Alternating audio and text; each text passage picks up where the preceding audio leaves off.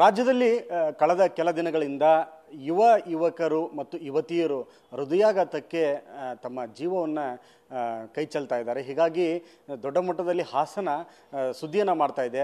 ಅದರಲ್ಲೂ ಪ್ರಮುಖವಾಗಿ ಯುವಕರು ಸಾವಿನ ಪ್ರಕರಣಗಳು ಒಂದು ರೀತಿಯಂಥ ಸರ್ಕಾರಕ್ಕೂ ಕೂಡ ಆತಂಕವನ್ನು ತಂದೊಡ್ಡಿದೆ. ಹೀಗಾಗಿ ಖುದ್ದು CM ಸಿದ್ದರಾಮಯ್ಯ ಅವರು ಒಂದು ಸಮಿತಿಯನ್ನು ರಚನೆ ಮಾಡಿದರು. ರಾಜ್ಯದಲ್ಲಿ ಏನಕ್ಕೆ ಹಾರ್ಟ್ ಅಟ್ಯಾಕ್ಗಳು ಹೆಚ್ಚಾಗ್ತಾ ಇದೆ, ಕೋವಿಡ್ ಅಥವಾ ಕೋವಿಡ್ ಲಸಿಕೆ ಕಾರಣ ಆಯ್ತಾ ಅನ್ನುವಂತಹ ವಿಚಾರಕ್ಕೆ ಸಂಬಂಧಪಟ್ಟಂತೆ ಜಯದೇವ ಆಸ್ಪತ್ರೆಯ ನಿರ್ದೇಶಕ ಡಾಕ್ಟರ್ ರವೀಂದ್ರ ಅವರ ನೇತೃತ್ವದಲ್ಲಿ ಒಂದು ಸಮಿತಿಯನ್ನು ಮಾಡಿದರು. ಈ ಸಮಿತಿ ಕೂಡ ಬಹುತೇಕ ವರದಿಯನ್ನು ಸಿದ್ಧಪಡಿಸುವಂಥ ಕಾರ್ಯಪ್ರವೃತ್ತಿಯಾಗಿದೆ. ಇನ್ನೇನು ಇವತ್ತು ಅಥವಾ ನಾಳೆ ಒಳಗಡೆ ವರದಿಯನ್ನು ಕೂಡ ಸಲ್ಲಿಕೆ ಮಾಡ್ತಾ ಇದ್ದಾರೆ. ಹಾಗಾದರೆ ನಿಜಕ್ಕೂ ಕೂಡ ರಾಜ್ಯದಲ್ಲಿ ಹೃದಯಾಘಾತಕ್ಕೆ ಕಾರಣಗಳೇನು, ಯಾವೆಲ್ಲ ಅಂಶಗಳು ಕಾರಣ ಆಗ್ತಾ ಇದೆ, ಪ್ರಮುಖವಾಗಿ ಹಾಸನದಲ್ಲಿ ಏರಿಕೆ ಆಗ್ತಿರುವಂಥ ಹೃದಯಾಘಾತಕ್ಕೆ ಏನು ಕಾರಣ ಆಗ್ತಾ ಇದೆ, ಎಲ್ಲ ವಿಚಾರಕ್ಕೆ ಸಂಬಂಧಪಟ್ಟ ಹಾಗೆ ನಮ್ಮ ಜೊತೆ ಮಾತಾಡೋದಕ್ಕೆ ಹೃದಯ ತಜ್ಞರೂ ಆಗಿರುವಂತಹ ಮತ್ತು ಜಯದೇವ ಆಸ್ಪತ್ರೆಯ ನಿರ್ದೇಶಕರು ಆದ ಡಾಕ್ಟರ್ ರವೀಂದ್ರ ಅವರು ನಮ್ಮ ಜೊತೆಗೆ ಇದ್ದಾರೆ. ಮಾತಾಡ್ತೀನಿ ಸರ್. ಪ್ರಮುಖವಾಗಿ ಹಾಸನದಿಂದನೇ ಶುರು ಮಾಡ್ತೀನಿ, ಯಾಕಂದರೆ ಇವತ್ತು We at East Point Group of Institutions offer a wide range of courses that provide limitless opportunities, building skills over 2 decades. ಕೂಡ ಮತ್ತೆ 3 ಹೃದಯಾಘಾತ ಪ್ರಕರಣಗಳಾಗಿದೆ. ನಿಜಕ್ಕೂ ಕೂಡ ಯಾಕೆ ಸರ್ ರಾಜ್ಯದಲ್ಲಿ ಹಾಸನ ಅಷ್ಟು ಹೃದಯಾಘಾತ ಪ್ರಕರಣಗಳನ್ನು ನೋಡ್ತಾ ಇದೆ? ಅಲ್ಲ, ಈಗ ಯಾರು ಹೃದಯಾಘಾತಕ್ಕೆ ಒಳಗಾಗಿದ್ದಾರೆ ಅವರಲ್ಲಿ ಏನಾದರೂ ರಿಸ್ಕ್ ಫ್ಯಾಕ್ಟರ್ಸ್ ಏನೇನಿದೆ ಅಂತ ಸ್ಟಡಿ ಮಾಡಬೇಕಾಗತ್ತೆ. ಈಗ ನಮಗೆ ಈಗಾಗಲೇ ಗೊತ್ತಿದ್ದ ಹಾಗೆ ಹೃದಯಾಘಾತ ಆಗ್ತಕ್ಕಂಥದ್ದು ಈಗ ಚಿಕ್ಕ ವಯಸ್ಸಿನಲ್ಲೂ ನಮ್ಮಲ್ಲಿ ಸಹ ಪ್ರತಿನಿತ್ಯ 30ರಿಂದ 40 ರೋಗಿಗಳು ಹೃದಯಾಘಾತಕ್ಕೊಳಗಾಗ್ತಾರೆ. ಅದರಲ್ಲಿ 20% ರೋಗಿಗಳು 45 ವರ್ಷಗಳಿಗಿಂತ ಕೆಳಗಡೆ ಇರೋರಾಗಿರ್ತಾರೆ. ನಾವು ಇಲ್ಲಿಯ ಯುವಕರಲ್ಲಿ ಹೃದಯಾಘಾತ ಯಾಕಾಗುತ್ತೆ ಅಂತ ನೋಡಿದಾಗ ಮುಖ್ಯವಾಗಿ ನಮ್ಮಲ್ಲಿ ಕಂಡುಬರತಕ್ಕಂಥದ್ದು ಅವರಲ್ಲಿದ್ದಂತಹ ಈ ಸ್ಮೋಕಿಂಗ್. ಬಹಳಷ್ಟು ಜನ ನಾವು ಏನು ಅನಲೈಸ್ ಮಾಡಿದ್ವಿ, ಸ್ಮೋಕಿಂಗ್ ಅಥವಾ ಟೊಬ್ಯಾಕೊ ಯಾವುದೇ ರೀತಿಯಲ್ಲಿದ್ದರೂ ಸಹ ಅದು ಪ್ರಮುಖ ಕಾರಣ. ಅದನ್ನು ಬಿಟ್ಟರೆ ಬಹಳ ಜನ ಈ ರಕ್ತದ ಒತ್ತಡ, ಹೈಪರ್ ಟೆನ್ಷನ್ ಹಾಗೂ ಡಯಾಬಿಟೀಸ್ ಇವು ಸೈಲೆಂಟ್ ಡಿಸೀಸ್ ಬಹಳ ಜನಗಳಿಗೆ ಗೊತ್ತಿರೋದಿಲ್ಲ.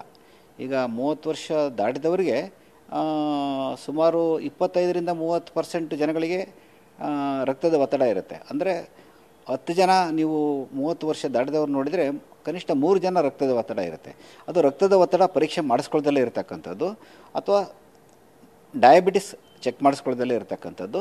ಅದರ ಜೊತೆಗೆ ಕೆಲವು ಸರಿ ಕೊಬ್ಬಿನ ಅಂಶ ಜಾಸ್ತಿ ಇರತಕ್ಕಂಥದ್ದು, ಕೊಲೆಸ್ಟ್ರಾಲ್ ಅಂಶ ಕೆಲವರಿಗೆ ಫ್ಯಾಮಿಲಿಯಲ್ಲಿ ಹೈಪರ್ ಕೊಲೆಸ್ಟ್ರಾಲ್ ಇದೆ, ಆ ಫ್ಯಾಮಿಲಿನಲ್ಲಿ ಕೆಲವರಿಗೆ ಜಾಸ್ತಿ ಇರುತ್ತೆ. ನಾವೇನು ಜಿಡ್ಡಿನ ಅಂಶ ಅಂತ ಹೇಳ್ತೀವಿ. ಅದರ ಜೊತೆಗೆ ಈ ಒಬೆಸಿಟೀಸ್ ಬಹಳ ಮುಖ್ಯವಾದ್ದು. ಇತ್ತೀಚೆಗೆ ಒಂದು ಚೈಲ್ಡ್ಹುಡ್ ಒಬೆಸಿಟಿ ಸಹ ಕಾರಣ ಇದೆ. ಹಾಗೂ ಅತಿಯಾದ ಮದ್ಯಪಾನ, ಮಾದಕ ವಸ್ತುಗಳ ಸೇವನೆ, ಅದರ ಜೊತೆಗೆ ಮಾನಸಿಕ ಒತ್ತಡ ಈ ಸ್ಥಿತಿ ಜಾಸ್ತಿ ಆಗಿ ಬೇರೆ ಬೇರೆ ಕಾರಣಗಳಿಂದ, ಅದು ಜಾಬ್ ಸ್ಟ್ರೆಸ್ ಇರ್ಬೋದು, ಫ್ಯಾಮಿಲಿ ಸ್ಟ್ರೆಸ್ ಇರ್ಬೋದು, ಆರ್ಥಿಕ ಸಮಸ್ಯೆ ಇರ್ಬೋದು, ಬೇರೆ ಬೇರೆ ಕಾರಣಗಳಿಂದ ಮಾನಸಿಕ ಒತ್ತಡನೂ ಸಹ ಕಾರಣ. ಅದರ ಜೊತೆಗೆ ಪರಿಸರ ಮಾಲಿನ್ಯ, ಏರ್ ಪೊಲ್ಯೂಷನ್ನು ಸಹ ಅದರ ಬಗ್ಗೆ ಸಾಕಷ್ಟು ವರದಿಗಳಿದೆ. ಸರ್, ಈಗ ನಾವು ಬೇರೆ ಜಿಲ್ಲೆಗಳನ್ನು ನೋಡಿದ್ರೆ, ಈಗ ತುಮಕೂರು ಆಗಿರ್ಬೋದು, ಮಂಡ್ಯ ಆಗಿರ್ಬೋದು, ಬೆಂಗಳೂರು ನಗರ, ಬೆಂಗಳೂರು ಸಿಟಿ, ಅಷ್ಟು ಕಂಪ್ಯಾರಿಟಿವ್ಲಿ ಹಾಸನ ಜಾಸ್ತಿ ಆಗ್ತಾಯಿದೆ.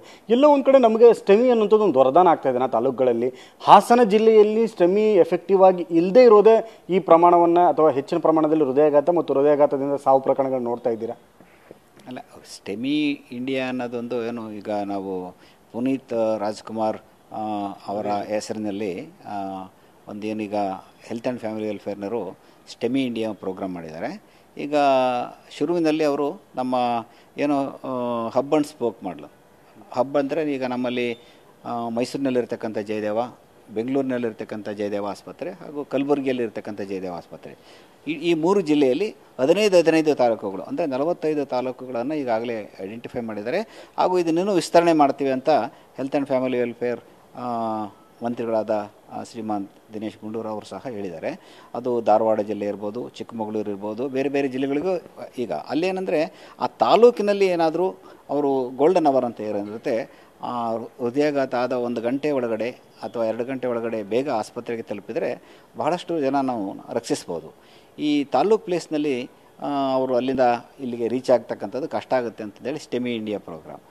ಅಲ್ಲಿ ಏನಾಗಿದೆ, ಅಲ್ಲಿ ಹೋದ ತಕ್ಷಣ ಯಾರು ಹೃದಯಾಘಾತಕ್ಕೆ ಒಳಗಾಗ್ತಾರೆ, ಅದು ಎದೆನೋವಿಂದ ಯಾರೇ ಹೋಗಲಿ, ಆ ತಾಲೂಕ್ ಪ್ಲೇಸ್ಗಳಲ್ಲಿ ಅವ್ರಿಗೊಂದು ECG ಪ್ರೊವೈಡ್ ಮಾಡಿದ್ದಾರೆ. ಒಂದು ಎಕ್ವಿಪ್ಮೆಂಟ್ ಇರುತ್ತೆ, ಅಲ್ಲಿ ಪ್ಯಾರಾಮೆಡಿಕಲ್ ಪೀಪಲ್ ಇರ್ತಾರೆ. ಆ ECG ತಕ್ಷಣ ಇಲ್ಲಿ ಎಕ್ಸ್ಪರ್ಟ್ಸ್ಗೆ ಥ್ರೂ ದಿ AI ರವಾನೆ ಆಗುತ್ತೆ. ಒಂದು ಏಜೆನ್ಸಿ ಕೊಟ್ಟಿದ್ದೀವಿ, ಆ ಏಜೆನ್ಸಿ ಮೂಲಕ ಇದು ನಡೀತಾ ಇದೆ. ಅದು ಎಕ್ಸ್ಪರ್ಟ್ಸ್ನ ಒಂದು ಸರಿ ಅದು ಹಾರ್ಟ್ ಅಟ್ಯಾಕ್ ಅಂತ ತಕ್ಷಣ ಅವ್ರಿಗೆ ಏನಾಗುತ್ತೆ ಅಂದರೆ ಹಾರ್ಟ್ ಅಟ್ಯಾಕ್ ಆಗೋದಕ್ಕೆ ಮುಖ್ಯವಾದ ಕಾರಣ ಆ ರಕ್ತನಾಳಗಳಲ್ಲಿ ತೊಂದರೆಯ ಜೊತೆಗೆ ರಕ್ತ ಹೆಪ್ಪುಗಟ್ಟಿರುತ್ತೆ. ಆ ಹೆಪ್ಪುಗಟ್ಟನ್ನು ರಕ್ತ ಹೆಪ್ಪುಗಟ್ಟಿರ್ತಕ್ಕಂಥ ಕರೆಸುವುದಕ್ಕೆ ನಾವೇನು ಫೈಬ್ರಿನೋಲೆಟಿಕ್ ಥೆರಪಿ ಅಥವಾ ಥ್ರಾಂಬೋಲಿಸಿಸ್ ಅಂತ ಇದ್ವಿ. ಇದೂ ಸಹ ಸರ್ಕಾರ ಆರೋಗ್ಯ ಇಲಾಖೆಯಿಂದ ಫ್ರೀಯಾಗಿ ಅತಿ ತಕ್ಷಣ ಕೆಲಸ ಮಾಡ್ತಕ್ಕಂಥ ಟೆನಿಕ್ಟಿಪ್ಲೇಸ್ ಅನ್ನತಕ್ಕಂಥದ್ದು ಕೊಡ್ತಾ ಇದ್ದಾರೆ. ಅದನ್ನು ಕೊಟ್ಬಿಟ್ಟು ಅಲ್ಲಿ ಅವರಿಗೆ ತಕ್ಷಣ ಏನಾದರೂ ಅದರಿಂದ ಹೃದಯದ ನೋವು ಕಡಿಮೆ ಆದರೆ ಅಲ್ಲೇ ಟ್ರೀಟ್ ಮಾಡ್ತಾರೆ. ಇಲ್ಲಾಂದರೆ ಆ್ಯಕ್ಚುಲಿ ಆಂಬುಲೆನ್ಸಸ್ ಸರ್ವಿಸಸ್ ಇನ್ನೂ ಪ್ರೊವೈಡ್ ಮಾಡಬೇಕಾಗಿದೆ. ಅವರು ತಕ್ಷಣ ಹತ್ರ ನಮ್ಮ ಹಬ್ ಹಾಸ್ಪಿಟ್ಲಿಗೆ ಏನು ಬರ್ತಾರೆ, ಇಲ್ಲಿ ಬಂದ ತಕ್ಷಣ ನಾವು ಅವರಿಗೆ ಆಂಜಿಯೋಗ್ರಾಮ್ ಮಾಡೋದು, ಅದರಲ್ಲಿ ಏನಾದರೂ ತೊಂದರೆ ಇದ್ದರೆ ಆಂಜಿಯೋಪ್ಲಾಸ್ಟಿ ಮಾಡೋದು ಅಂತಹ ಇದನ್ನು ಮಾಡ್ತಾಯಿದ್ದೀವಿ. ಆದರೆ ಹಾಸನದಲ್ಲಿ ಅದು ಡಿಸ್ಟಿಕ್ ಪ್ಲೇಸ್ ಇರೋದ್ರಿಂದ ಅಲ್ಲಿ ಎಲ್ಲ ಈಗ 3-4 ಸೆಂಟರ್ಸ್ ಇದೆ. ಕಾರ್ಡಿಯಾಕ್ ಕ್ಯಾತ್ ಲ್ಯಾಬ್ ಇದೆ, 3-4 ಜನ ಕಾರ್ಡಿಯಾಲಜಿಸ್ಟ್ ಇದ್ದಾರೆ. ತಕ್ಷಣ ಹೋಗಿ ನೋಡ್ಬೋದು. ಅಲ್ಲಿ ಆ ವ್ಯಕ್ತಿಗಳಲ್ಲಿ ಯಾಕೆ ಎಷ್ಟೊಂದು ಆಗಿದೆ ಅನ್ನೋದನ್ನು ನಾವು ಅವರು ವೈಯಕ್ತಿಕವಾಗಿ ಏನೇನಿದೆ ನೋಡಬೇಕು. ಅವರಲ್ಲಿ ಏನಾದರೂ ಅವರ ಕುಟುಂಬದಲ್ಲಿ ಪ್ರಿಮೆಚ್ಯೂರ್ ಕರೋನರಿ ಆರ್ಟರಿ ಡಿಸೀಸ್ ಏನಾದರೂ ಇತ್ತಾ, ಚಿಕ್ಕ ವಯಸ್ಸಿನಲ್ಲಿ ಯಾರಿಗಾದರೂ ಹೃದಯಾಘಾತ ಆಯಿತಾ, ಅಥವಾ ನಾನು ಹೇಳಿದಂತಹ ಈ ಜೀವನ ಪದ್ಧತಿಯಿಂದ ಏನಾದರೂ ಕೆಲವು ಸ್ಮೋಕರ್ಸ್ ಎಷ್ಟು ಜನ ಇದ್ದಾರೆ, BP ಶುಗರ್ ಇರ್ತಕ್ಕಂಥವ್ರು ಎಷ್ಟು ಜನ ಇದ್ದಾರೆ, ಅವ್ರ ಕೊಲೆಸ್ಟ್ರಾಲ್ ಅಂಶ ಎಷ್ಟಿದೆ, ಇದನ್ನೆಲ್ಲ ನಾವು ವಿವರವಾಗಿ ಸ್ಟಡಿ ಮಾಡಬೇಕು. ಅವರಲ್ಲಿ ಏನಾದರೂ ಮಾನಸಿಕ ಒತ್ತಡಗಳಿತ್ತಾ, ಬೇರೆ ಇನ್ನೇನಾದರೂ ತೊಂದರೆ ಇದೆಯಾ ನೋಡಿದಾಗ ಮಾತ್ರ ಯಾವ ಕಾರಣದಿಂದ ಆಗಿದೆ ಅಂತ ಗೊತ್ತಾಗುತ್ತೆ.